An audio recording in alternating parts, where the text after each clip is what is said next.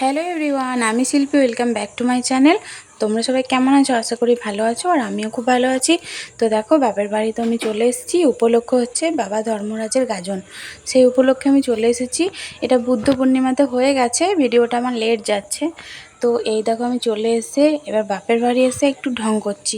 বাপের বাড়ি এলে মনে করো সব মেয়েদেরই একটা রিল্যাক্স ভাব চলে আসে মনের মধ্যে।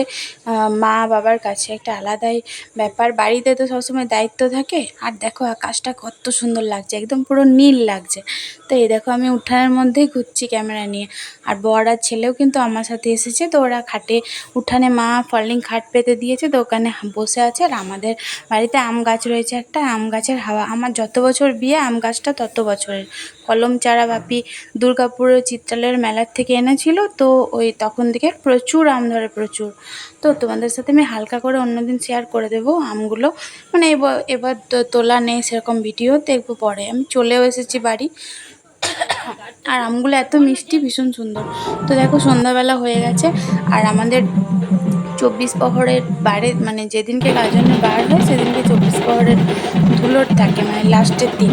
তো দিনের বেলা তো কীর্তন হয়ে গেছে। আর এবছর আমার মামা, মানে আমার মায়ের কাকার ছেলেই কীর্তন করেছে। আমি যেতে পারিনি, যেহেতু এতদিন তো টানা থাকা হয় না, তাই গাজনেই যাই। তো এই দেখো, ওরা ডিজে বের করে সন্ধ্যাবেলা করে, সবাই নাচ গান করে। তারপরে আমি চলে এসেছি আমাদের ধর্মরাজ মন্দিরে। কিছু রিচুয়াল আছে ঠাকুরের, যেগুলো আমার বাপির যেহেতু পালা পড়েছে এবছর। তো আমার বাপির তো একটু শরীর অসুস্থ, তো যে ভক্তদের কাঁধে চাপতে হয় সেটা আমার বাপি পারে না। তো এবছর আমার ছেলে করবে। তো দেখো, তোমরা দেখো।